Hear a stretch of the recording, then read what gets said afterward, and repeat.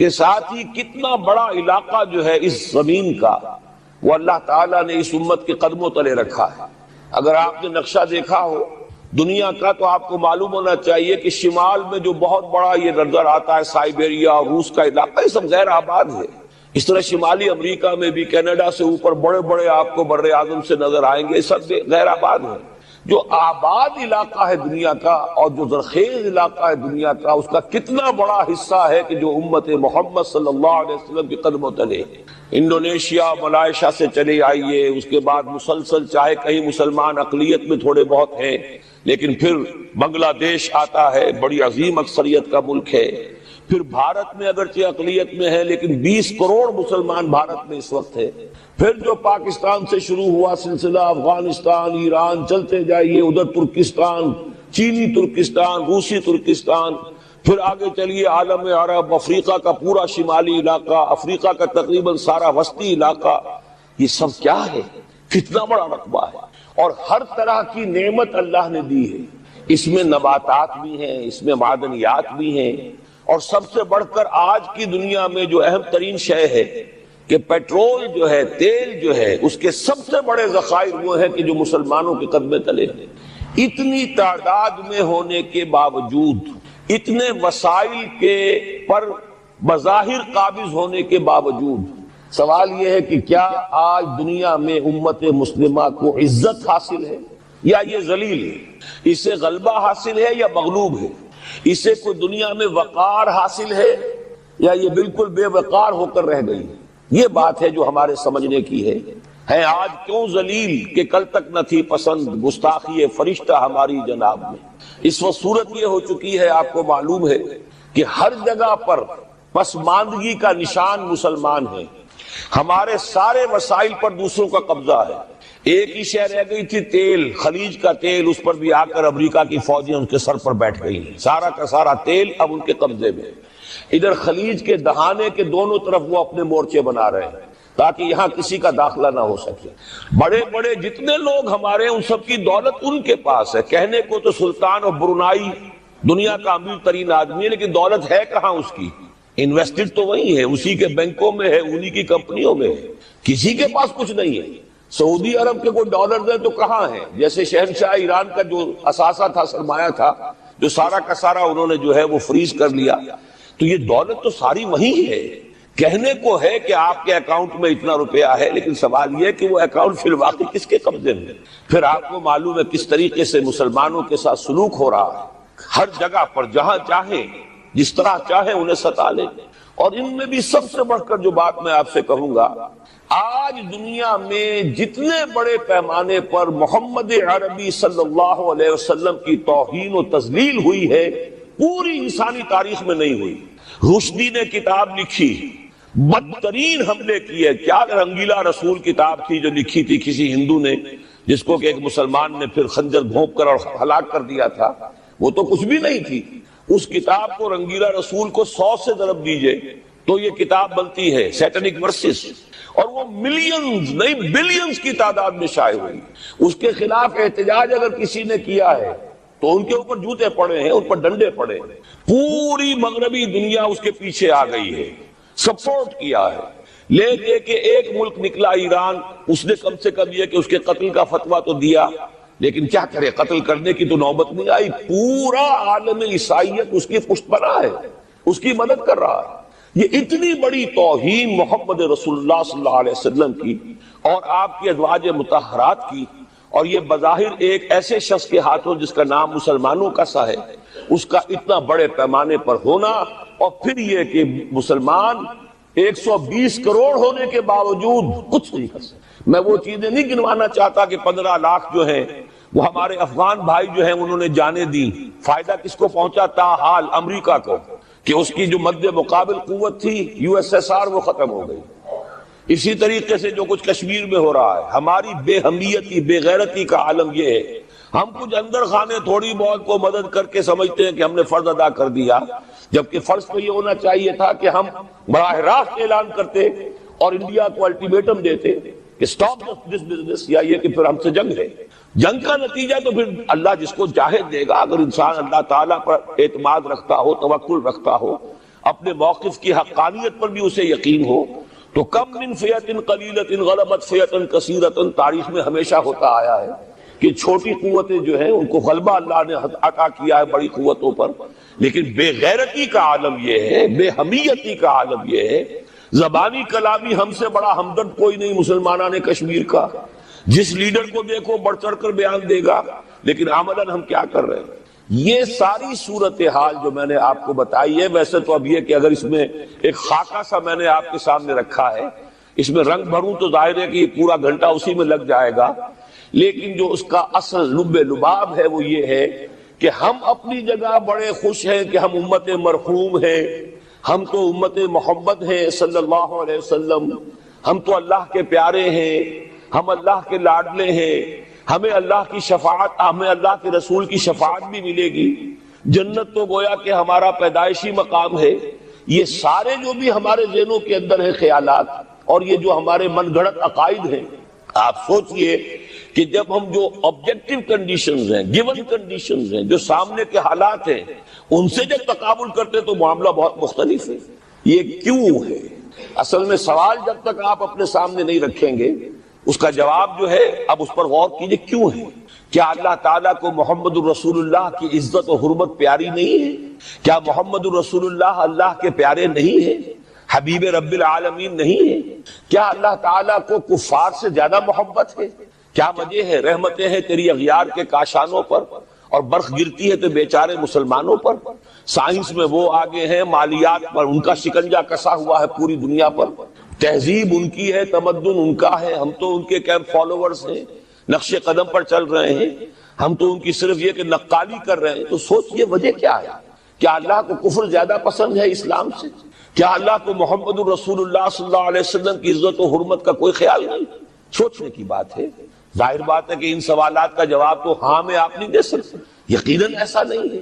بہرحال وہ کافر ہیں، وہ اللہ کو نہیں مانتے، اللہ کے رسول کو نہیں مانتے، چلیے اللہ کو کسی نام سے مان لیا، گاڈ کہہ دیا، لیکن اللہ کے رسول کو تو نہیں مانتے۔ ایمان کا سارا دار و مدار تو رسالت پر ہے، اللہ کے اس کلام کو تو نہیں مانتے، اور اس کے باوجود ان کے لیے عزت ہے۔ رحمتیں ہیں تیری اغیار کے کاشانوں پر، برف گرتی ہے تو بیچارے مسلمانوں پر۔ یہ ایک لمحہ فکریہ ہے، یہ سوچنے کی بات ہے کہ ایسا کیوں ہے۔ اس کا جو جواب میں یا بنی اسرائیل اذکروا نعمتی التی انعمت علیکم واوفوا بعہدی اوف بعہدکم وایای فارہبون۔ بنی اسرائیل، چونکہ یہ لفظ پہلی مرتبہ قرآن مجید میں آ رہا ہے تو یہاں تھوڑی سی وضاحت کرنی ہوگی۔ ابن جو عربی میں بیٹے کے لیے آتا ہے ابن، اس میں جو شروع کا حمزہ ہے یہ در حقیقت اضافی ہے، اصل لفظ جو ہے بے نون پر مشتمل ہے، اسی لیے اس کی جمع سالم آتی ہے بنون۔ قرآن مجید میں المال والبنون زینت الحیات الدنیا، تو یہ جو اس کی جمع سالم ہے وہ در حقیقت بنون ہے، اور پھر اس کی حالت نسبی اور حالت جری بنین ہوگا، اور جب یہ مضاف بن جائے گا تو اس کا وہ نون گر جائے گا، تو اے بنی اسرائیل، اے اسرائیل کی اولاد۔ لفظی ترجمہ ہوگا اے اسرائیل کے بیٹوں، لیکن یہ کہ مراد اولاد ہے، اس میں برسبیل تغلیب اگرچہ خطاب مردوں سے ہو رہا ہے جیسے کہ قرآن مجید میں اکثر و بیشتر ہے، لیکن یہ کہ اس میں خواتین بھی شامل ہیں۔ تو یا بنی اسرائیل، اے اسرائیل کے بیٹوں، اسرائیل سے مراد کیا ہے؟ اس پر اتفاق ہے، اجماع ہے، حضرت یعقوب کا یہ لقب ہے۔ البتہ یہ لفظ بنا ہے اسر اور ایل دو سے مل کر۔ ایل کا لفظ جو ہے وہ عبرانی زبان میں الہ کے لیے ہے، الہ اور ایل ویسے بھی قریب قریب ہیں، اسی لیے تمام فرشتوں کے نام جبرائیل، میکائیل، اسرائیل، یہ تمام الفاظ کے ساتھ جو ایل آتا ہے یہ در حق اسماعیل بھی، سما اور ایل، چونکہ حضرت ابراہیم علیہ السلام نے دعا کی تھی پروردگار بیٹا عطا فرما، اس اعتبار سے جب اللہ تعالیٰ نے بیٹا عطا فرمایا تو اسماعیل نام رکھا، یعنی اللہ نے سن لیا۔ جیسے ہمارے ہاں دیہات میں یہ خاص طور پر جانگلی علاقہ جو کہلاتا ہے، اللہ ڈوایا، اللہ سنیا، یعنی یہ اللہ نے جس کے بارے میں ہماری دعا سنی اور ہماری استدعا کو قبول فرمایا، تو یہ گویا کہ اسماعیل کے معنی یہ ہیں۔ تو اسرائیل جو ہے اسر اور ایل سے مل کر بنا ہے۔ عبرانی اور عربی زبان کے بارے میں یہ اختلاف ہے، ایک رائے تو یہ ہے کہ ماں بیٹی کا رشتہ ہے، عربی زبان عبرانی سے نکلی ہوئی، لیکن زیادہ اکثر محققین کی رائے یہ ہے کہ یہ دونوں بہنیں ہیں، کوئی اور کامن زبان تھی، سیمیٹک لینگویج ابتدائی، جس سے کہ یہ دونوں زبانیں پھر وجود میں آئی ہیں. گویا کہ ان کے درمیان رشتہ جو ہے وہ بہنے ہونے کا ہے، ماں اور بیٹی کا نہیں ہے، لیکن ظاہر بات ہے کہ مشابہت اور ان کے اندر جو ہے قرب جو ہے اور مناسبت وہ بہت نمایاں ہے. اسر کے دو ترجمے کیے ہیں. یہودی علماء تو اس پر بہت زیادہ جزم کے ساتھ قائم ہے کہ اسر سے مراد ہے بطن، یعنی رجل عظیم، جواں مرد، بہت باہمت انسان. اس لیے کہ ان کے ہاں یہ عقیدہ ہے اور بڑی تحریف جو ہوئی ہے تورات میں، اس میں ایسی ایسی باتیں بھی ہیں. حضرت یعقوب کی جو مدح کی گئی ہے اس میں اس حد تک مبالغہ ہے کہ حضرت یعقوب کی اللہ تعالیٰ کے ساتھ کشتی ہوئی اور اللہ کو پچھاڑ لیا حضرت یعقوب نے. تو معلوم یہ ہوا کہ یہ تو بڑے بہادر اور بہت جری انسان، اس اعتبار سے وہ بطل اور رجل کا ترجمہ کرتے ہیں اسر کا. لیکن یہ کہ صحیح ترجمہ جو ہے وہ اسر کا ہے، بندہ، عبد. اس لیے کہ عربی کا لفظ جو بنا ہے اسیر، اسیری، کوئی کسی کا غلام ہے، اسیر، اسی سے لفظ اسرا بنا ہے. اسرا ہے کنبہ، کنبہ بھی آپس میں جڑا ہوا ہوتا ہے، ان کے بندھن ہوتے ہیں دوستی کے، محبت کے، اخوت کے. تو اسی طریقے سے یہ اسر کا لفظ آتا ہے کسی بندھن کے لیے. اسیر جو ہے پچھلے زمانے میں جبکہ جیلوں کا رواج نہیں تھا تو اگر کسی شخص کے ذمے کسی کی کوئی رقم ہوتی تھی دینی تو اس شخص کو اس کے حوالے کر دیتے تھے. وہ اس کا ذاتی قیدی ہوتا تھا، ذاتی اسیر، اس کی تحویل میں رہتا تھا. جب تک کہ اس کے اعزاء اقارب آ کر وہ رقم ادا نہ کر دے وہ شخص اس کی تحویل میں رہتا تھا، وہ اس کا اسیر ہوتا تھا. اس اعتبار سے غلام کے معنی میں یہ لفظ جو ہے مستعمل ہے. تو اسرائیل کا ترجمہ ہوگا عبداللہ. اذان تو میں عرض کر رہا تھا کہ اسرائیل کا ترجمہ ہوا عبداللہ. گویا کہ اب تک ہم نے یا بنی اسرائیل کا ترجمہ کیا اے اللہ کے بندے کی اولاد. مراد ہے حضرت یعقوب علیہ الصلوۃ والسلام. حضرت یعقوب حضرت اسحاق کے بیٹے ہیں. حضرت اسحاق حضرت ابراہیم علیہ السلام کے دوسرے بیٹے ہیں. حضرت ابراہیم کو پہلا بیٹا اللہ نے عطا فرمایا اسماعیل. اسی لیے میں عرض کر چکا ہوں سما اور ایل سے مل کر بنا ہے.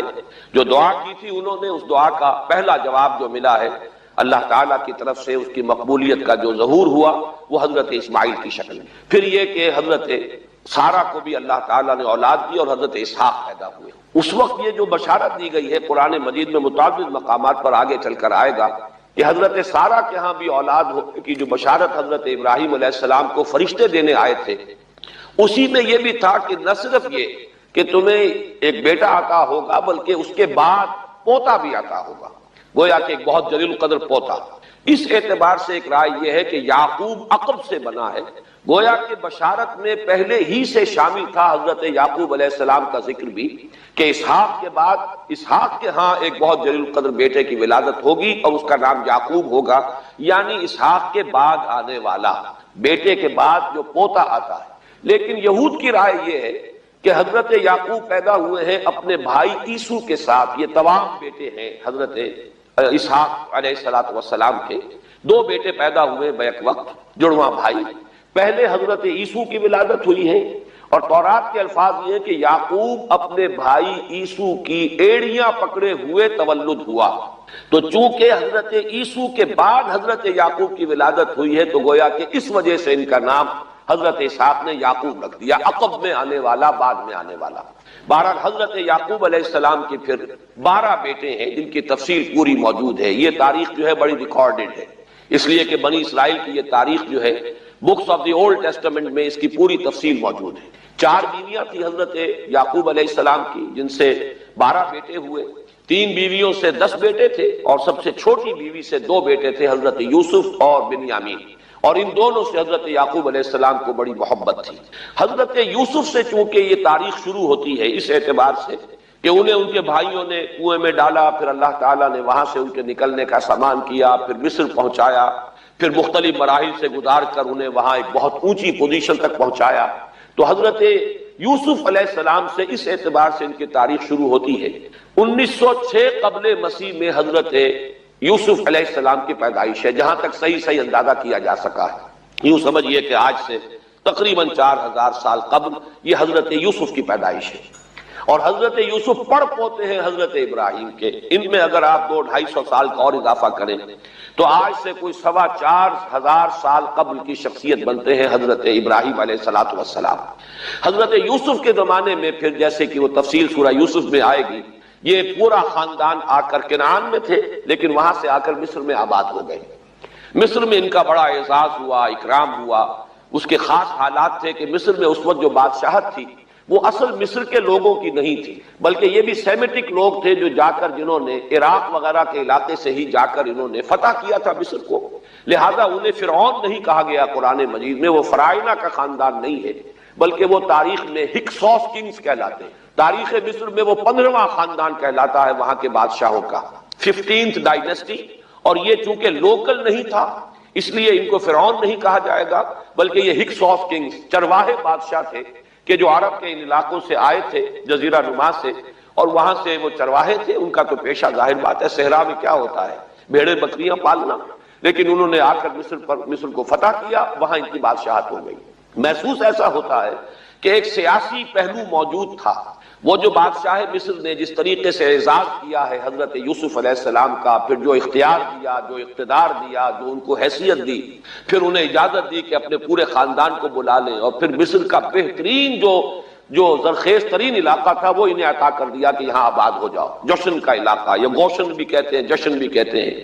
یہ جو نائل کا ڈیلٹا ہے کہ جو جا کر آپ کو معلوم ہے کہ دریا جو ہیں جب بہت سی شاخوں میں تقسیم ہو جاتے ہیں سمندر میں گرنے سے قبل، تو وہ ڈیلٹا جو ہے زرخیز ترین علاقہ ہوتا ہے۔ آرٹیفیشل اریگیشن کے اور نظام تو تھے نہیں، جہاں دریا ہی چھوٹی چھوٹی نہروں کی شکل اختیار کر لے وہاں گویا کہ وہ فطری طور پر جو ہے بڑے وسیع رقبے کے اندر اریگیشن ہو سکتی ہے، تو اس ڈیلٹا کے علاقے میں بہترین علاقہ ان کو دیا گیا، وہاں آباد ہو جاؤ۔ وہاں یہ رہے ہیں گویا کہ پیرزادوں کی حیثیت، ابھی ان کے پاس کوئی شریعت نہیں، ابھی کوئی کتاب نہیں ملی، ابھی صرف یہ ایک خاندان ہے، حضرت ابراہیم کی نسل کا ایک خاندان ہے، اس لیے کہ حضرت ابراہیم کی نسل میں حضرت اسماعیل کی نسل ہے کہ جو عرب میں آباد ہو چکی، ان کی نسل میں پھر حضرت اسحاق کے بیٹوں میں سے بھی عیسو کی نسل وہ اور جگہ پر آباد ہو چکی۔ اس اعتبار سے یوں نہ سمجھیے کہ نسل ابراہیم صرف ان پر مشتمل ہے، اسی طرح بنی قطورہ تیسری جو آپ کی اہلیہ تھی ان کی اولاد بھی، تو گویا کہ یہ بہت وسیع حلقہ ہے جو اولاد ابراہیم کا ہے۔ تو اولاد ابراہیم میں سے ایک شاخ ہے جو آ کر، یعنی حضرت یعقوب کے 12 بیٹے اور حضرت یعقوب بھی آ کر یہاں آباد ہو گئے، اور یہاں پھر یہ کچھ عرصے تک تقریباً 100-150 برس تک تو بڑے عیش میں رہے۔ یہ تقریباً یوں سمجھیے کہ 1850 قبل مسیح میں ان کا داخلہ ہوا ہے مصر کے اندر، اور وہاں پر 150 برس جو ہے انہوں نے بڑے عیش میں گزارے ہیں۔ یہ پیرزادے تھے اس لیے کہ بادشاہ معتقد ہو چکا تھا حضرت یوسف علیہ السلام کا، اگرچہ یہ تو ثابت نہیں ہوتا کہ وہ ایمان لایا ہو حضرت یوسف علیہ السلام پر، اس کا کوئی ثبوت نہیں ہے، لیکن معتقد تھا، اور ان کی نیکی کا، پارسائی کا، شرافت کا، ذہانت کا، صلاحیتوں کا اعتراف پوری قوم کو تھا، جس طریقے سے کہ انہوں نے اس ملک کی جو نیا ہے اس کو جس طرح پار لگایا ہے، وہ شدید ترین قحط کا جو ایک دور آیا اس میں سے، اور جتنا بہترین انتظام کیا اس کی بنا پر ان کی صلاحیتوں کے سب معترف تھے۔ تو وہ 130 برس کی عمر میں غالباً ان کا انتقال ہوا ہے، اور 80 برس تک انہوں نے مصر پر گویا کہ جو سب سے زیادہ با اختیار شخص وہاں تھا بادشاہ کے بعد، بادشاہ اپنی جگہ پر تھا، لیکن یہ کہ جو بادشاہ کے بعد سب سے زیادہ با اختیار شخصیت تھی وہ حضرت یوسف کی تھی 80 برس تک، اور اس عرصے میں، اور پھر یہ 150 برس جو میں نے عرض کیا ہے کہ اس میں یہ خوب پھلے پھولے، ان کی اولاد جو ہے وہ کثرت کے ساتھ پھیلی، لیکن اس کے بعد وہاں پھر ایک انقلاب آیا۔ اس انقلاب کو آپ کہیں گے جیسے کہ مختلف ممالک میں آتا ہے، اب سنز آف دی سوائل جو اس ملک کے رہنے والے تھے، اصل آبادی قبطیوں کی، انہوں نے بغاوت کی اور ہکسوس کنگز کو نکال دیا، وہ خاندان ختم ہو گیا۔ جب وہ چلے گئے تو جو ہکسوس کنگز کے یہ گویا کہ بہت ہی منظور نظر تھے اور یہ مراعات یافتہ طبقہ تھا بنی اسرائیل کا، حضرت یعقوب کی اولاد کا، اب ان پر عتاب شروع ہوا، اب ان کا زوال آیا۔ تو یوں سمجھیے کہ تقریباً 400 برس اس کے بعد ان کے بڑی ہی شدت کے اور بڑی سخت غلامی کے، رفتہ رفتہ اس میں شدت پیدا ہوتی گئی ہے، لیکن یہ ہے کہ یہ 400 برس اس لیے کہ پھر 1300 قبل مسیح میں 550 برس بعد پھر ان کا ایکسوڈس ہوا ہے مصر سے، جب حضرت موسیٰ علیہ السلام کو اللہ تعالیٰ نے مبعوث فرمایا، پھر حضرت موسیٰ علیہ السلام ان کی نجات کا ذریعہ بنے، اور پھر مصر سے لے کر وہ انہیں نکلے ہیں، معجزانہ انداز میں ہی سمندر کو پھاڑ کر ان کے لیے اللہ نے راستہ بنایا ہے، قدم قدم پر معجزوں سے ان کی تائید کی ہے، کھانے پینے کے لیے صحرائے تیہ میں کچھ نہیں تھا تو من و سلوہ دیا ہے، پانی پینے کے لیے نہیں تھا تو ایک ضرب سے چٹان میں سے 12 چشمے جو ہے اللہ تعالیٰ نے بہا دیے کہ 12 قبیلے ہیں آپس میں لڑے نہ، کہیں پانی پینے پلانے پہ جھگڑا اور کہیں گھوڑا آگے بڑھانے پہ جھگڑا، قبائلی زندگی میں یہ بڑا سینسیٹیو ایشو ہوتا ہے۔ لہذا قد علم کل اناس مشربہم، ہر قبیلے کے لیے ایک گھاٹ معین ہو گیا، تمہارا چشمہ یہ ہے، تمہارا چشمہ یہ ہے، ایک ضرب سے 12 چشمے پھوٹ گئے۔ پھر انہیں وہاں کوہ طور کے قریب پڑاؤ ڈال کر ان کو وہاں چھوڑ کر حضرت موسیٰ علیہ السلام جو ہے اللہ تعالیٰ کی طلبی پر کوہ طور پر گئے ہیں، وہاں تورات عطا ہوئی۔ تو تورات کے عطا کیے جانے کے بعد اب سمجھیے کہ اب ان کی حیثیت ایک امت کی بن گئی، کتاب پر امت کی تشکیل ہوئی۔ یہ امت مسلمہ قرآن مجید کی بنیاد پر امت ہے۔ جب یہ کتاب دی گئی ہے، اس کی بنیاد پر ایک شریعت دی گئی ہے، کتاب دی گئی ہے، کتاب ہدایت ہے، تو اس نے امت کی شکل اختیار کی۔ یہی وجہ ہے کہ لفظ امت جو ہے قرآن مجید میں صرف مکی صورتوں کے اندر، مدنی صورتوں میں استعمال ہوا ہے۔ کنتم خیر امت اخرجت للناس، سورہ آل عمران میں، کذالک جعلناکم امۃ وسطا لتکونوا شہداء علی الناس ویکون الرسول علیکم شہیدا، یہ سورہ بقرہ میں آگے چل کر آ جائے گا۔ تو اصل میں جیسے تشکیل امت جو ہوئی ہے وہ در حقیقت مدنی دور میں آ کر ہوئی ہے، جبکہ شریعت عطا کی جا رہی ہے۔ اسی طریقے سے یہ ایک خاندان تھا، حضرت ابراہیم کی نسل کی ایک شاخ، اس نے امت کی حیثیت اختیار کی ہے، جبکہ صحرائے تیہ میں جب ان کا قیام تھا اور اس صحرائے سینا میں، اور وہاں پر پھر حضرت موسیٰ علیہ السلام کو تورات دی گئی اور شریعت دی گئی، تب سے یہ امت ہے۔ اور یہ ہے 1300 قبل مسیح، 610 عیسوی میں، اب سمجھیے 1300 وہ جمع کیجئے، 610 یہ جمع کیجئے، 1910 برس بعد پھر حضور صلی اللہ علیہ وسلم پر قرآن مجید کی وحی کا آغاز ہوا، اور 622 میں حضور نے ہجرت فرمائی، اور اس کے بھی کوئی 2 سال یا 1 سال کے بعد جو ہے یہ آیات نازل ہو رہی ہیں جو ہم اس وقت پڑھ رہے ہیں۔ تو یہ سارا جو ہے تاریخی پس منظر ذہن میں رکھیے کہ یہ تقریباً 2000 برس کی تاریخ جو ہے ان کی بحیثیت امت۔ ویسے تو ان کی تاریخ اگر شروع کریں گے بنی اسرائیل تو حضرت یعقوب سے شروع ہونی چاہیے، اور وہ اس سے زیادہ ہو جائے گی طویل، لیکن در حقیقت امت کی حیثیت سے ان کی تاریخ 2000 برس کی شمار ہوگی کہ 1300 قبل مسیح میں جب ہجرت کی ہے حضرت موسیٰ علیہ السلام نے اپنی قوم کو لے کر مصر سے، اور جب صحرائے سینا میں آئے ہیں، سینائی پیننسولا میں، اور پھر کتاب ملی ہے، تورات عطا کی گئی، شریعت عطا کی گئی، تب سے اس کا امت کی حیثیت سے آغاز ہوا۔ ایک بات اور نوٹ کر لیجئے، ان کو امت مسلمہ کیوں نہیں کہا گیا؟ اس کے لیے اس کا ایک سبب ہے۔ در حقیقت امت مسلمہ کا لفظ یا خیر امت یا امت کا لفظ جو ہے اس موجودہ امت کے لیے اس لیے استعمال کیا گیا ہے کہ یہ امت کسی ایک نسل پر مشتمل نہیں ہے، یہ امیین اس کے نیوکلیس ہے، لیکن یہ کہ ہر نسل کے لوگ اس میں آ کر شامل ہوئے ہیں، ہر قوم جو ہے اس میں آ گئی ہے، اس لیے اس کا نام جو ہے وہ صفاتی ہے، امت مسلمہ۔ لیکن چونکہ یہ سابقہ امت مسلمہ ایک ہی نسل پر مشتمل ہے، حضور صلی اللہ علیہ وسلم سے پہلے کسی نبی اور کسی رسول کی بعثت اس کی قوم سے باہر نہیں ہوئی، کسی ایک خاص قوم کی طرف بعثت ہوئی ہے، کسی خاص علاقے کی طرف بعثت ہوئی ہے۔ بعثت عمومی الی کافۃ الناس، یہ صرف محمد الرسول اللہ صلی اللہ علیہ وسلم کی امتیازی شان ہے۔ وَمَا أَرْسَلْنَاكَ إِلَّا كَافَّةً لِلنَّاسِ بَشِيرًا وَنَذِيرًا۔ اس اعتبار سے ان کا جو ہے اس میں علم گویا کہ بنی اسرائیل ہی ہے کہ جو برقرار رہا ہے، اے اسرائیل کی اولاد۔ اگرچہ میں اس موضوع پہ تقریریں کر چکا ہوں، لیکن آج پھر اس گفتگو کے حوالے سے بات چیزیں تازہ کرتا ہوں۔ اس وقت عالمی سطح پر یہودی جمع عیسائی بریکٹ میں کر لیں، اور امریکہ جمع یورپ یہ بریکٹ میں کر لیں۔ ان کا اندر معاملہ کیا ہے؟ اصل جو ہے اس میں پیچھے مائنڈ ہے، ماسٹر مائنڈ، سازشی ذہن، وہ یہود کا ہے۔ باقی عیسائی آلہ کار بن گئے ہیں۔ جو 100% آلہ کار ہے یہود کا وہ پروٹیسٹنٹس ہیں۔ پروٹیسٹنٹزم یہود ہی نے پیدا کرایا تھا، یہود ہی نے یورپ کے اندر سود کا رواج شروع کروایا، ورنہ سود حرام تھا وہاں پر بھی، یوزری بھی اور کمرشل انٹرسٹ بھی، دونوں حرام تھے، یہ یہودیوں نے کروایا۔ اور پھر پہلا بینک بنوایا ہے انگلستان کے اندر، بینک آف انگلینڈ، اور جو پوپ کے خلاف بغاوت کرائی تو پہلی بغاوت ہوئی انگلستان کے اندر، جو چرچ آف انگلینڈ علیحدہ ہو گیا پوپ سے، اور اسی کو یہودیوں نے قرار دیا یہ ہمارا ماڈرن اسرائیل ہے، یہ اسرائیل ہمیں دیا ہے گاڈ نے، یہ جو ہے برطانیہ۔ اس کے کچھ عرصے کے بعد یہی جو ہے ایکسوڈس ہوا ہے، اور وہ امریکہ میں جا کے آباد ہوئے۔ لہذا امریکہ کو بھی جیوز نے کہا ہے دس از another اسرائیل، یہ ہے ہمارے اصل اسرائیل، ماڈرن اسرائیل یہ ہے، اس لیے کہ جو انہیں وہاں پر اقتدار حاصل ہوا ہے، جو قوت حاصل ہوئی ہے، جس قدر دولت انہوں نے وہاں جمع کی ہے، وہاں کے جس طریقے سے جکڑ لیا ہے حکومتوں کو، فرنگ کی رگے جہاں پنجے یہود میں ہے۔ ٹھیک 100 سال پہلے علامہ اقبال یہ مشاہدہ کر کے آ گئے تھے یورپ میں، اور کون دیکھنے والا تھا کہ وہاں کیا ہو رہا ہے، بیہائنڈ دی سین کیا ہے، سامنے کیا ہے۔ پردے کے پیچھے کیا ہے؟ فرنگ کی رگے جہاں پن جائے یہود. اس وقت فرنگ کا امام تھا برطانیہ. یہ وہ سلطنت تھی جس پر سورج کبھی غروب نہیں ہوتا تھا. آج وہ فرنگ کا امام امریکہ. یہ برطانیہ تو اب وہ جو ایک نظم ہے کہ بچپن میں پڑھی تھی، London bridge is going down going down going down, اس کی مثال ہے. برطانیہ کی کوئی حیثیت ہی نہیں ہے، ورلڈ پاور کی حیثیت نہیں ہے. وہ تو چھوٹا بھائی اس نے بنا رکھا امریکہ نے اپنا، تو اس حیثیت سے جو ہے اس کی کوئی حیثیت ہے، ورنہ کوئی اور حیثیت نہیں.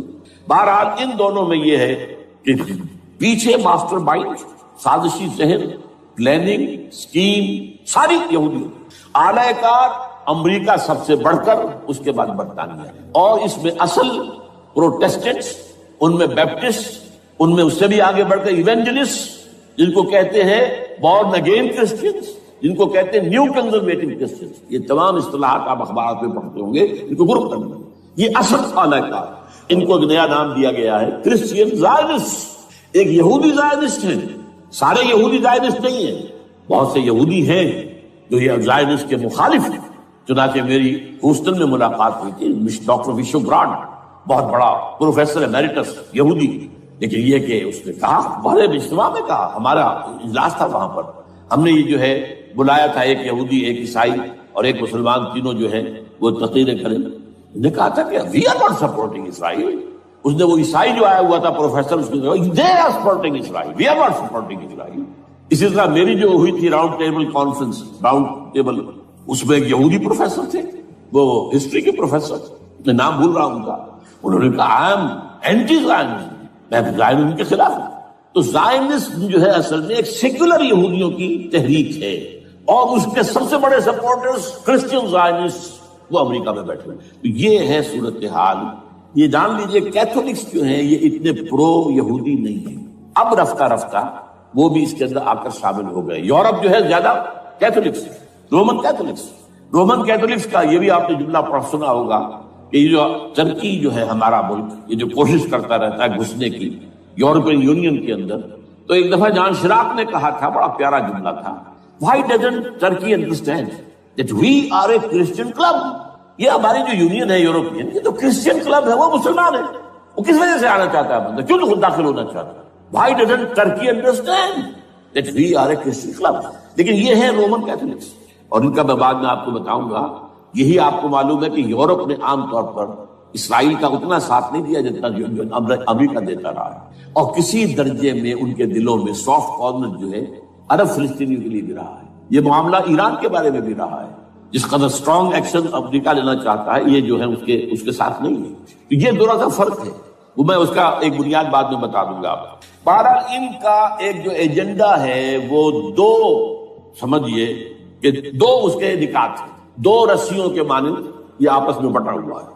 پہلا، عالم اسلام کے مادی اور مالیاتی وسائل، خصوصاً تیل پر قبضہ. یہ ان کا دنیاوی اعتبار سے، دولت کے اعتبار سے، وسائل کے اعتبار سے اس وقت کا ایجنڈا ہے. ویسے تو اس سے اوپر وہ چاہتے ہیں پوری دنیا پر، وہ تو بعد کی بات ہے. لیکن ابھی نہ وہ روس کو چھیڑ رہے ہیں نہ چین کو چھیڑ رہے ہیں. چین تو ان کا سب سے بڑا جو ہے بزنس پارٹنر ہے، سب سے بڑا، اور چین کو رفتہ رفتہ وہ اپنی لائن پر لا رہے ہیں. اب تو صرف یہ کہ وہ ایک پارٹی گورنمنٹ وہاں رہ گئی ہے جو کہ کمیونزم کے دور کی یادگار ہے، باقی ان کی جو اکانومی ہے وہ تو آ چکی ہے اسی رخ پر جو یورپ کی ہے، مغرب کی ہے. نمبر دو ایجنڈا کیا ہے؟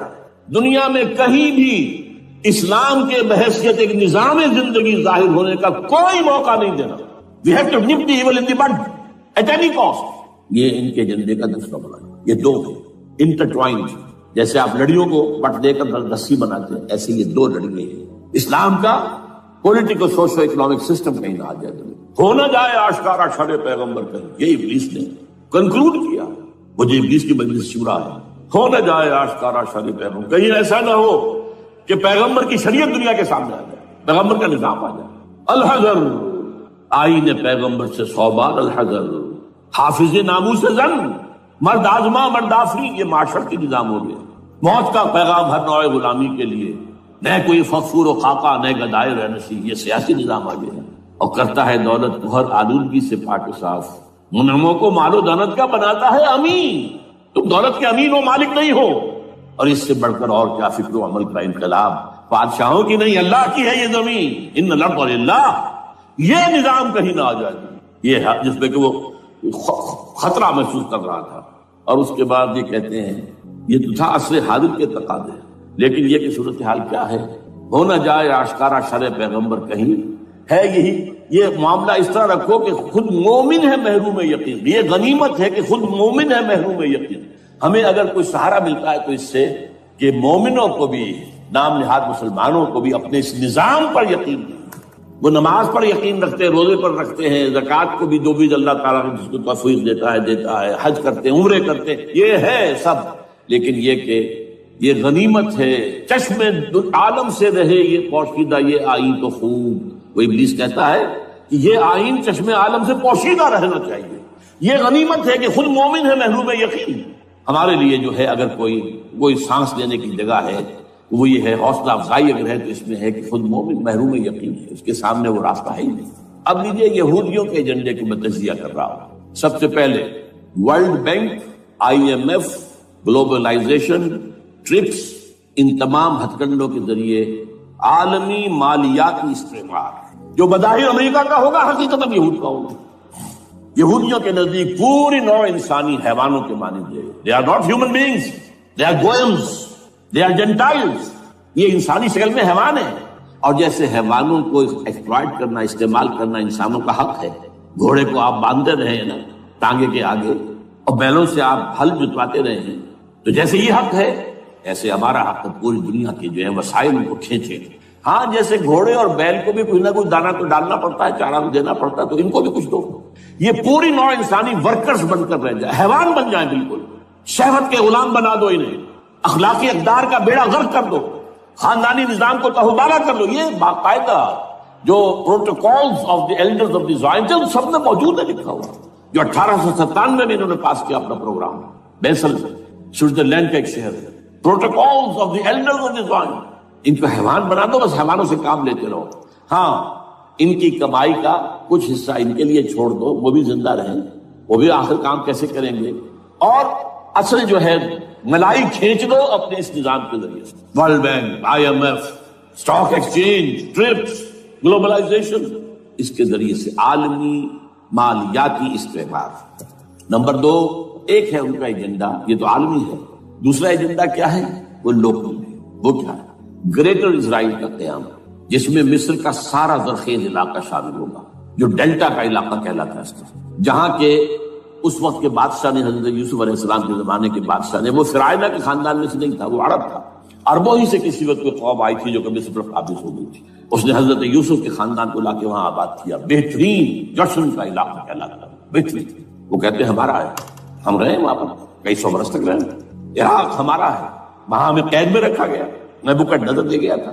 عرب کا شمالی حصہ جو ہمارا ہے، وہاں خیبر میں یہودی قلعے تھے، اور وہاں مدینے کے اندر جو ہے 3 قبیلے یہودی تھے جنہیں محمد نے صلی اللہ علیہ وسلم نے وہاں سے نکال پار کیا تھا۔ جارڈن، یہ ترکی کا بھی کچھ حصہ ہمارا ہے، باقی پورا لبنان اور پورا فلسطین، یہ سب اس کے اوپر بنے گا ایک greater Israel, this is there local agenda. اور اس کے لیے ضروری ہے ایک بہت بڑی جنگ، ایسے آسانی سے نہیں ہو جائے گا۔ آرمگیڈون، جس کو حضور نے فرمایا الملحمۃ العظمیٰ، الملحمۃ الکبریٰ، بہت بڑی جنگ، جس کی خوفناکی اور تباہناکی کا اندازہ اس سے کیجئے۔ حضور فرماتے ہیں کہ اگر ایک باپ کے 100 بیٹے یا ایک دادا کے 100 پوتے ہوں گے تو ان میں سے 99 ختم ہو جائیں گے، ایک بچے گا۔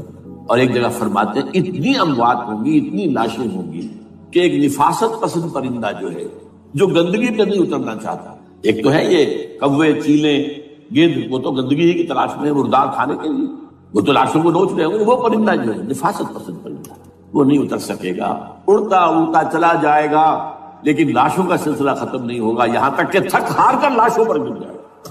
یہ دور نہیں ہے، اس لیے کہ اس پر متفق ہیں یہودی بھی اور عیسائی، پروٹسٹنٹس عیسائی اس کے اوپر پوری طرح متفق ہیں۔ آرمگیڈون، جسے آپ 3rd ورلڈ وار کہہ لیں، الملحمۃ العظمیٰ کہہ لیں، الملحمۃ الکبریٰ کہہ لیں، حضور کے الفاظ میں یہ آئے گا، اس کے نتیجے میں گریٹ اسرائیل بنے گا۔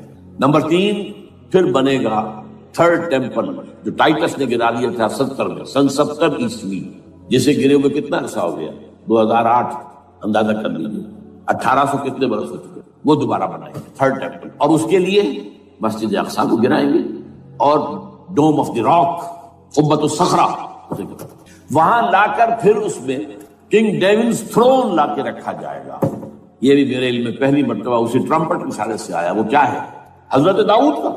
آج سے کتنے ہزار سال پہلے کی بات ہے، اندازہ کیوں. 1000 قبل مسیح، اور یہ اب 2000 ہو گیا، اسی 3000 برس تو ہو گئے. وہ کیا تھا؟ ایک پتھر تھا جس پر بٹھا کر حضرت داؤد کی تاج پوشی کی گئی. پھر اسی پر حضرت سلیمان کی تاج پوشی ہوئی. پھر اسی پر ان کے بادشاہ آتے رہے، تاج پوشی ہوتی گئی. ٹائٹس نے جب گرایا ہے سن 70 عیسوی میں، یروشلم کو برباد کیا. 1,33,000 یہودی ایک دن میں قتل کیے، ایک دن میں. باقی نکال دیا، بھاگ جایا. اس کو کہتے ہیں diaspora that started in 70 AD. یہ منتشر ہو گیا، جس کا جال سنگھ سمایا چلا گیا، یورپ میں چلے گئے، شمالی افریقہ میں، مسلمان ملکوں میں، انڈیا میں آ گئے، ایران میں آ گئے، سب نکال وہاں سے نکال دیے گئے ڈائسپورا. بہرحال وہاں سے وہ ٹائٹس وہ پتھر لے گیا، وہ روم میں لے گیا. روم سے کسی طرح وہ آئرلینڈ پہنچ گیا. آئرلینڈ پیور کیتھولک ملک ہے، آپ کو معلوم ہے، اور وہاں پر پروٹیسٹنٹس کی اور کیتھولکس کی جنگیں ہوتی رہتی ہیں. کبھی بھی شیعہ سنی مسلمانوں کی اس طور سے خانہ جنگی نہیں ہوئی ہے جیسے کہ وہاں ان دو عیسائیوں میں کیتھولکس اور پروٹیسٹنٹس میں ہوتی ہے. وہ رومن کیتھولک ملک ہے. وہاں سے وہ انگلینڈ میں آیا. انگلینڈ میں جب آ گیا، بلکہ وہاں سے اسکاٹ لینڈ سے انگلینڈ میں پھر اس کو ایک کرسی کے اندر اس کی سیٹ کی حیثیت سے بنا کر ایک تھرون کی شکل دے دی گئی. اور وہ جو ویسٹ منسٹر ایبے ہے، برطانیہ کے پارلیمنٹ کے ساتھ جو چرچ ہے، ویسٹ منسٹر ایبے، وہاں اس کو لا کے رکھ دیا گیا. اس وقت سے برطانیہ کے بادشاہوں اور ملکاؤں کی تاج پوشی وہاں ہوئی. تو ایک یہ ہے کہ پھر اس کو لا کر وہاں رکھیں گے. اب یہاں سے اختلاف ہے، یہ نوٹ کریں. یہاں تک عیسائیوں کا، یہودیوں کا ایجنڈا ایک ہے. یہاں اختلاف ہے. یہودیوں کے نزدیک ان کا مسایہ آئے گا اور وہ وہاں بیٹھ کر پوری دنیا پر راج کرے گا. وہ مسایہ جس کی خبر دی گئی تھی شروع کی کتابوں میں، جو تورات کی ابتدائی کتابیں ہیں، وہ تو حضرت مسیح کی شکل میں آ گئے. دی پروفیسی واز فلفلڈ. یہودیوں نے نہیں مانا، انہیں تو قرار دیا جادوگر ہے، کافر ہے، مرتد ہے، ولد الزنا ہے، اور اپنے بس پر تصوری پر چڑھا دیا. وہ دوسری بات ہے، اللہ نے کیا کیا وہ ایک علیحدہ مسئلہ ہے. چنانچہ یہ کہ دی سچویشن از ویکنٹ. وہ مسیحا کی جگہ ابھی باقی ہے ان کی، and they are waiting for ہم. تو وہ آئے گا اور وہ یہاں اس تخت داؤد پر بیٹھ کر پوری دنیا پر ہوگا. عیسائیوں کا کہنا کیا ہے کہ در حقیقت حضرت مسیح نازل ہوں گے، سیکنڈ کمنگ آف جیسس، جس کو ہم بھی مانتے ہیں. اگر کہ ہوگا کیسے، حالات و واقعات کا کیا ہمارے نزدیک رنگ ہے، وہ کچھ مختلف ہے، وہ میں اس کو بیان نہیں کر سکتا. حضرت مسیح علیہ السلام پھر اس تخت پر بیٹھیں گے ان کے عیسائیوں کے مطابق. چنانچہ پوپ جو مر گیا ہے، پال سیکنڈ، اس کو یہ ٹرمپٹ والے کہتے ہیں شیطان. اور ان کا کہنا یہ ہے کہ اس شیطان نے the old ancient Roman holy Roman empire کو ریوائیو کیا ہے یونائٹڈ یورپ بنا کر. اور ان کا مقصد کیا ہے کہ یہ فلسطین میں ایک رومن کیتھولک حکومت قائم کرنا چاہتا ہے. یہودی اپنی حکومت چاہتے جو ہے، اور وہ اپنی حکومت چاہتا ہے. یہ ان کا کہنا ہے. یہ میں نہیں جانتا کہ اس میں کس حد تک ایک دوسرے پر الزام درست ہے. لیکن جیسے کہ آپ کو معلوم ہے کہ انڈونیشیا کے اندر بھی ہوا تھا، ایک جزیرے کو تقسیم کر دیا، ایک حصہ جو ہے اس کا وہ رومن کیتھولک ریاست بن گیا. شاید نائجیریا میں بھی اس طرح کا معاملہ ہوا ہے تھوڑے علاقے کے اندر، وغیرہ وغیرہ. تو یہ ہے. لیکن بہرحال یہ ان کا. عیسائیوں کا معاملہ کیا ہے؟ میں نے جیسا کہ بتایا کہ یہ تو اس ایجنڈے کے اندر متفق ہے، اور عیسائی بھی ورلڈ ڈومینیشن، مالیاتی جو ہے استعمار، اس کے لیے کوشاں ہے. لیکن ان کے نزدیک حضرت عیسیٰ ابن مریم آئیں گے علیہ الصلوۃ والسلام، اور وہ حکومت کریں گے. اس پورے ڈرامے کا اسکرپٹ پورا یہودیوں کا لکھا ہوا، اور انہی کی سازش اس پورے ڈرامے کے پیچھے ہے. البتہ بظاہر اس ڈرامے کا بڑا کیریکٹر جس سے آپ ہیرو کہیں وہ امریکہ ہے، اور اس کے تابع یورپ بھی ہے. یہ ہے عالمی سطح پر معاملہ اس وقت. ویسے میری 2 کتابیں جو ہے اس پر کتابچے ہیں. 4 سال پہلے میں نے اسی مقام پر 2 تقریریں کی تھی. ایک موجودہ عالمی حالات اور اسلام کا مستقبل. وہ دوسرا حصہ جو میں اس وقت نہیں چھیڑ رہا، ہوگا کیا اصل میں، جس میں یہ ہے کہ کہیں اسلامی ریاست قائم ہو، خلافت کا نظام قائم ہوگا کہاں ہوگا یہ میں بحث نہیں کر رہا. حضرت مہدی کا ظہور ہوگا، وہ آئیں گے عرب کے اندر. پھر یہ ہے کہ وہ جو گریٹر اسرائیل کے خلاف جہاد ہوگا، اور اللہ کرے گا کہ رفتہ رفتہ یہ ممالک جو ان سے لے لیے جائیں گے، یہاں تک کہ بالآخر ایک یہودی اعلان کر دے گا میں ہوں مسیح، جس کو کہ عیسائی بھی کہتے ہیں اینٹی کرائسٹ، اور یہ کہتے ہیں یہ بیپٹسٹ بھی کہ اینٹی کرائسٹ جو ہے وہ یہودی ہوگا. جبکہ کچھ عرصے پہلے بہت بڑا پروپیگنڈا ہوا تھا کہ اینٹی کرائسٹ جو ہے، دجال جو ہے، وہ تو مسلمان ہوگا. نہیں، لیکن وہ کہتے ہیں کہ ہوگا یہودی ہوگا. اور پھر اس یہودی کو قتل کریں گے حضرت مسیح، دی ریئل مسیح، اصل مسیح جو اٹھا لیے گئے درمیان میں وہ آئیں گے، اور ان کے ہاتھوں دجال بھی قتل ہوگا، اور پھر مسلمانوں کے ہاتھوں ایک ایک یہودی ختم ہوگا، پھر ایک عالمی اسلامی ریاست قائم ہوگی حضرت مسیح کے ہاتھوں، اور وہاں پر حضرت مسیح ایک حدیث میں آتا ہے 40 برس تک پوری دنیا پر حکومت کرے گا۔ بہرحال یہ دوسرا پکچر ہے جو ہمارے سامنے، میں اس وقت کی تفصیل میں نہیں جا رہا، جو ان کے سامنے پکچر ہے وہ میں نے آپ کو بیان کر دیا۔ اب اس میں تجزیہ کیجئے افغانستان پر حملے کا اصل سبب جو میں نے دو بتایا نا، دو لڑیاں ہیں ان کے ایجنڈے کی، ایک اسلام کہیں ظاہر نہ ہو جائے، اسلام کا نظام ظاہر نہ ہو جائے، اور ایک مسلمانوں کے مالیاتی خاص طور پر تیل کے وسائل پر قبضہ۔ اب افغانستان میں کیا ہوا ہے، یہ سارا معاملہ تھا اسلام کا راستہ روکنے کے لیے، کہ یہاں تو اسلام ایک شکل دکھا رہا ہے اپنی، اور اگر انہیں موقع مل گیا تو یہ تو ایک ایسی ویلفیئر اسٹیٹ قائم کر دیں گے، زکوٰۃ کا نظام قائم ہو جائے گا تو اعلیٰ ترین ویلفیئر اسٹیٹ قائم ہو جائے گی، اور اگر یہاں پر جو ہے یہ ساری سزائیں نافذ ہو گئی، معاشرہ کرائم فری ہو جائے گا، لوگوں میں محبت ہوگی، مساوات ہوگی، اور یہ کہ عام لوگوں کے لیے ویلفیئر ہوگا، اور یہ سامنے نظام آ گیا تو پھر ہمارا یہ نظام کیپیٹلزم یہ کہاں رہے گا، اس کو تو منہ چھپانے کی جگہ نہیں ملے گی۔ لہذا افغانستان پر حملے کا اصل موٹو یہ ہے۔ البتہ یہ ساتھ ہی یہ بھی تھا، ایک درجے میں ہو گیا کہ جزیرہ نما عرب پر اللہ کے نور کا بھی اتمام ہو گیا، اللہ کا دین بھی غالب ہو گیا کہ نہیں ہو گیا؟ لیکن کیا محمد الرسول اللہ صرف عرب کے لیے بھیجے گئے تھے؟ قرآن کہتا ہے ببانگ دول وما ارسلناک الا کافۃ للناس بشیرا ونذیرا، اے محمد صلی اللہ علیہ وسلم ہم نے نہیں بھیجا ہے آپ کو مگر پوری نوع انسانی کے لیے بشیر اور نذیر بنا کر۔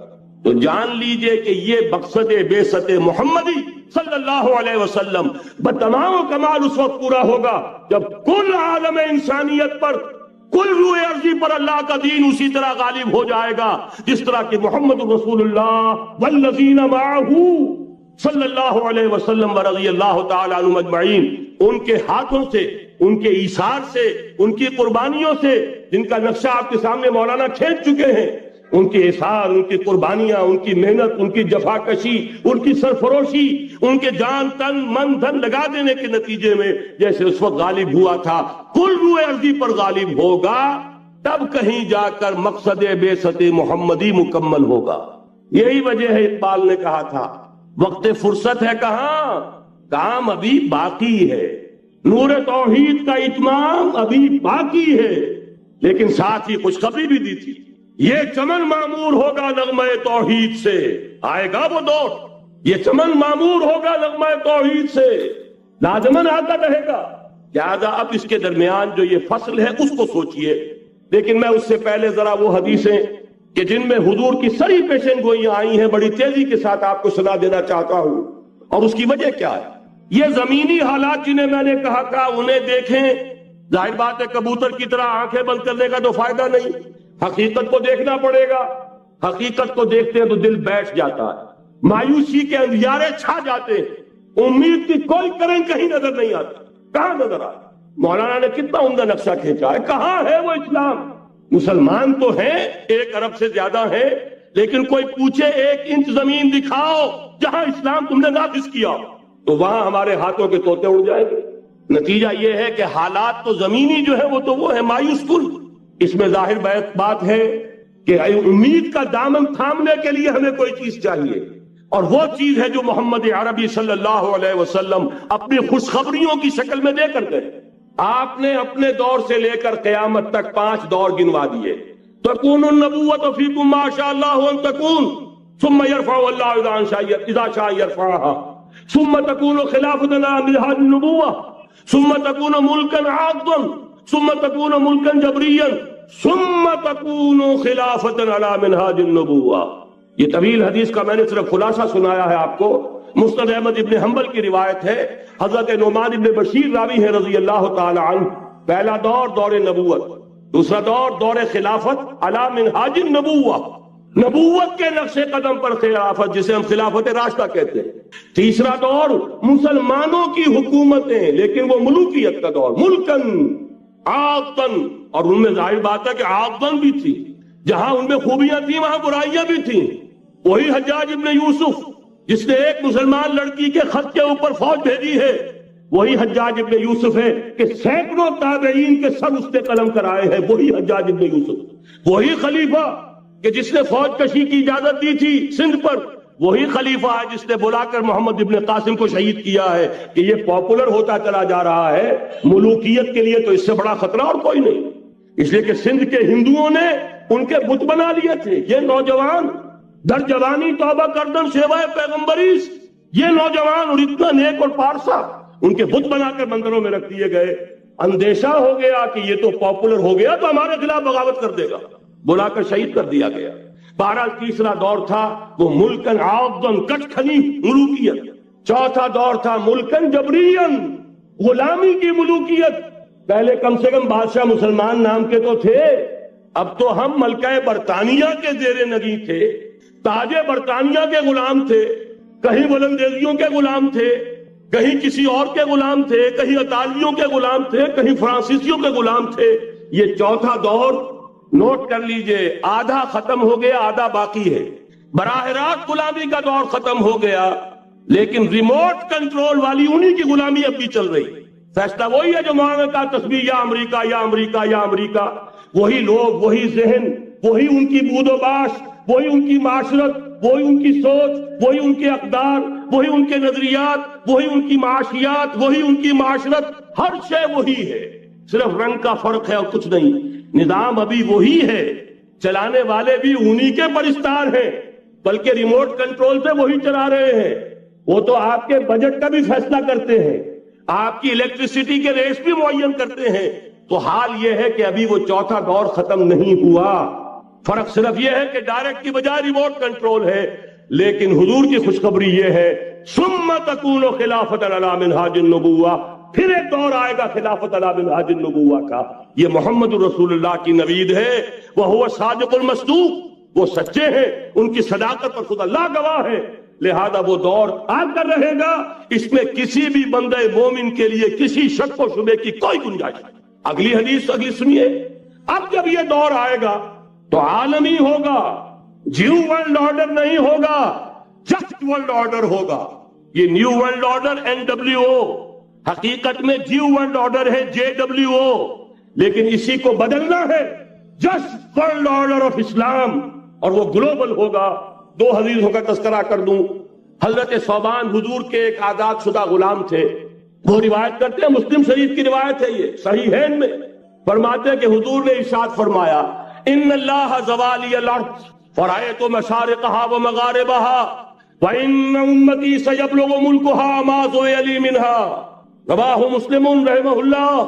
حضور فرماتے ہیں اللہ تعالیٰ نے میرے لیے پوری زمین کو لپیٹ دیا، یہاں تک کہ میں نے اس کے سارے مشرق دیکھ لیے، سارے مغرب دیکھ لیے، اور سن لو مجھ سے، ٹیک اٹ فرام می، میری امت کی حکومت ان تمام علاقوں پر قائم ہو کر رہے گی جو مجھے زمین کو لپیٹ کر اور سکیڑ کر دکھا دیے گئے۔ گلوبل ہوگی کہ نہیں؟ دوسری حدیث سنیے، یہ پھر مسند احمد ابن حنبل کی ہے۔ حضرت مقداد ابن اسود رضی اللہ تعالی عنہ فرماتے ہیں حضور نے فرمایا لا يبقى على ظهر الارض بيت وبر ولا مدر الا ادخله الله كلمة الاسلام بعز عزيز وذل ذليل اما يعزهم الله فيجعلهم من اهلها او يذلهم فيدونون لها۔ یہ ہے حدیث مسند احمد ابن حنبل کی۔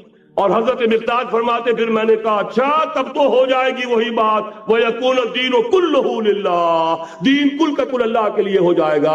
حدیث کا ترجمہ یہ ہے کہ حضور نے فرمایا روئے زمین پر نہ کوئی اینٹ گارے کا بنا ہوا گھر رہے گا، نہ کوئی اونٹ کے بالوں کے بنے ہوئے کمبلوں کا خیمہ رہے گا جس میں اللہ تعالیٰ کلمہ اسلام کو داخل نہ کر دے۔ لیکن یہ داخلہ دو طریقے سے ہوگا، بعز عزیز وذل ذلیل، یا صاحب عزت کے اعزاز کے ساتھ، یا کسی مغلوب کی مغلوبیت کے ساتھ، یعنی یا تو اللہ تعالیٰ ان کا اعزاز فرمائے گا اور وہ کلمہ اسلام کے خود قائل ہو جائیں گے۔ جب گھر والا خیمے والا اسلام لے آئے گا تو اسلام اس کے گھر میں داخل ہوگا، اس کو بھی عزت نصیب ہوگی۔ وَلِلَّهِ الْعِزَّةُ وَلِرَسُولِهِ وَلِلْمُؤْمِنِينَ، عزت تو حق ہے اللہ کا، اس کے رسول کا اور اہل ایمان کا۔ اور اگر وہ اسلام قبول نہیں کرے گا تو یؤتُ الجزیۃ عن یدٍ وَهُمْ صَاغِرُونَ، چھوٹے ہو کر رہنا پڑے گا، جزیہ دینا ہوگا، اسلام کی بالادستی قبول کرنی ہوگی۔ بتائیے اس کے بعد بھی کوئی شک ہے؟ یہ ہے آسمانی نقشہ۔ یہ اللہ فرما رہے ہیں واللہ متم نورہ ویابی اللہ الا یتم نورہ، لِيُظْهِرَهُ عَلَى الدِّينِ كُلِّهِ وَلَوْ كَرِهَ الْمُشْرِكُونَ، یہ اللہ کا فیصلہ ہے۔ ادھر یریدون لیطفئوا ہے، یہ زمینی نقشہ ہے۔ اب شکل کیا ہے؟ اب میں آپ سے عرض کر دوں کہ ان دونوں کے مابین جو خلا نظر آ رہا ہے، کوئی شخص یقین کے ساتھ نہیں کہہ سکتا کہ اب حالات کا کیا رخ ہوگا، اس لیے کہ ظاہر بات ہے قرآن مجید میں مستقبل کے بارے میں خود حضور سے کہلوایا گیا، وَإِنْ أَدْرِي أَقَرِيبٌ أَمْ بَعِيدٌ مَا تُوعَدُونَ۔ لوگوں مجھے معلوم نہیں ہے کہ جس بات کی تمہیں خبر دی جا رہی ہے وہ قریب آ چکا ہے یا دور ہے۔ وَإِنْ أَدْرِي لَعَلَّهُ فِتْنَةٌ لَكُمْ وَمَتَاعٌ إِلَىٰ حِينٍ، اور میں نہیں جانتا، ہو سکتا ہے اللہ کچھ اور مہلت دے دے تمہیں اور کچھ اور آزمائش جو ہے اس کے لیے تمہارے لیے کوئی اور مہلت عطا فرما دے، ہو سکتا ہے۔ تو میں بھی کسی دعوے سے نہیں کہہ رہا، لیکن دو امکانات ہیں۔ امکان نمبر ایک کیا ہے؟ ابھی عالم اسلام کا ایک سالڈ بلاک ہے جو یہودی ورلڈ آرڈر کی نگاہوں میں کھٹک رہا ہے۔ میں کھٹکتا ہوں دل یزداں میں کانٹے کی طرح، اگرچہ ان کی اسٹریٹجی کیا ہے، ایک ایک کر کے ان کے حصے بکھرے کر کے تیا پانچا کرو۔ ابھی وہ بلاک کون سا ہے؟ ایران ہے، افغانستان ہے، پاکستان ہے اور روسی ترکستان سے آزاد ہونے والی جو ریاستیں ہیں، یہ ایک سالڈ بلاک۔ یہ عجمی مسلمان ہے، عربی نہیں، عربی گئے، یہ نوٹ کر لیجئے، اس لیے کہ عربوں کو اللہ نے فضیلت دی تھی، محمد ان میں سے تھے صلی اللہ علیہ وسلم، یہ رتبہ بلند ملا جن کو مل گیا۔ لیکن ساتھ ہی اللہ نے دھمکی بھی دے دی تھی سورہ محمد میں، ان تتولوا یستبدل قوما غیرکم، اگر تم پیٹھ دکھا دو گے اس مشن کو جو ہم نے تمہارے حوالے کیا ہے، تمہیں ہٹائیں گے، کسی اور کو لے آئیں گے۔ اور یہ بات ہو چکی ہے 13ویں صدی عیسوی میں، 1258 میں جب سقوط بغداد ہوا ہے، عربوں کے ہاتھ سے عالم اسلام کی قیادت چھین لی گئی، معذور کر دیا۔ اس کے بعد قیادت کن کے ہاتھوں میں آئی؟ ترکوں کے ہاتھ، ترکان تیموری ہندوستان میں، ترکان صفوی ایران میں، ترکان سلجوقی مڈل ایسٹ میں، اور ترکان عثمانی کا تو کہنا ہی کیا ہے، وہ ایشیا مائنر سے چل کر آپ کو معلوم ہے کہ مشرقی یورپ کا کتنا بڑا علاقہ، دی گریٹ آٹومان امپائر اس صدی کے آغاز تک قائم تھی۔ اس صدی میں عجیب عجیب معجزے ہوئے ہیں۔ گریٹ آٹومان امپائر جو 3 بر اعظموں پر محیط، نام و نشان ختم۔ The great U S S R, نام و نشان ختم۔ اب تو روس صاحب ایک ملک کی حیثیت سے رہ گئے۔ یہ اس صدی میں دو اور وقت نہیں ہے میں اور آپ کو کیا بتاؤں، اس صدی میں تو بڑے بڑے عجیب عجوبے ہوئے ہیں، بڑی بڑی 2 عظیم جنگیں ہو چکی ہیں، تیسری جو ہے سر پر کھڑی ہے، دور نہیں ہے، جس کو حدیث میں کہا گیا ہے الملحمۃ العظمی، تاریخ انسانی کی عظیم ترین جنگ، اور وہی صلیبی جنگ جس کا آغاز بوسنیا سے ہو چکا ہے۔ بہرحال اس وقت جو میں کہہ رہا تھا، ورنہ میرے پاس تو یعنی یہ کہ درد دل کہنے کے لیے وقت نہیں ہے، مجھے اپنی بات کو محدود کرنا پڑ رہا ہے، لیکن میں اب آ رہا ہوں اصل موضوع کی طرف، کہ ایک امکان تو یہ ہے کہ اس بلاک میں اسلام کا احیاء ہو، اور اس کے لیے کچھ نویدیں بھی موجود ہیں، احادیث نبویہ۔ وہ تو آپ نے سنا ہوگا اقبال کا شعر، میرے عرب کو آئی ٹھنڈی ہوا جہاں سے، میرا وطن وہی ہے، میرا وطن وہی ہے۔ حدیث میں آتا ہے یخرج ناس من المشرق یؤتون للمہدی یعنی سلطان، مشرق سے فوجیں نکلے گی یہ جو کہ مہدی کی حکومت قائم کریں گے۔ یہ مہدی اہل تشیع کے مہدی اور ہیں، ہمارے مہدی اور ہیں۔ اہل تشیع کے عقیدے کے مطابق ان کے بعد میں امام جو روپوش ہو گئے تھے وہ امام مہدی ہے، وہ ظاہر ہو جائیں گے، ابھی امام غائب ہے، پھر وہ ظاہر ہو جائیں گے۔ ہمارے نزدیک یہ مہدی پیدا ہوں گے یا ہو چکے ہوں، اور یہ ہوں گے حضرت فاطمہ کی نسل ہی سے رضی اللہ تعالی عنہا، لیکن عالم عرب کے اندر پھر ایک طاقت بن کر ابھریں گے، باطل کی قوتوں کے خلاف جہاد کریں گے، لیکن ان کو مدد آئے گی 2 طرف سے، ایک زمینی مدد آئے گی مشرق سے، ایک آسمانی مدد آئے گی، عیسیٰ ابن مریم کا نزول، حضرت مسیح علیہ السلام جو زندہ آسمان پر اٹھائے گئے تھے نازل ہوں گے، اور در حقیقت ان 2 مددوں کے نتیجے میں پھر یہود کا قلع قمع ہوگا۔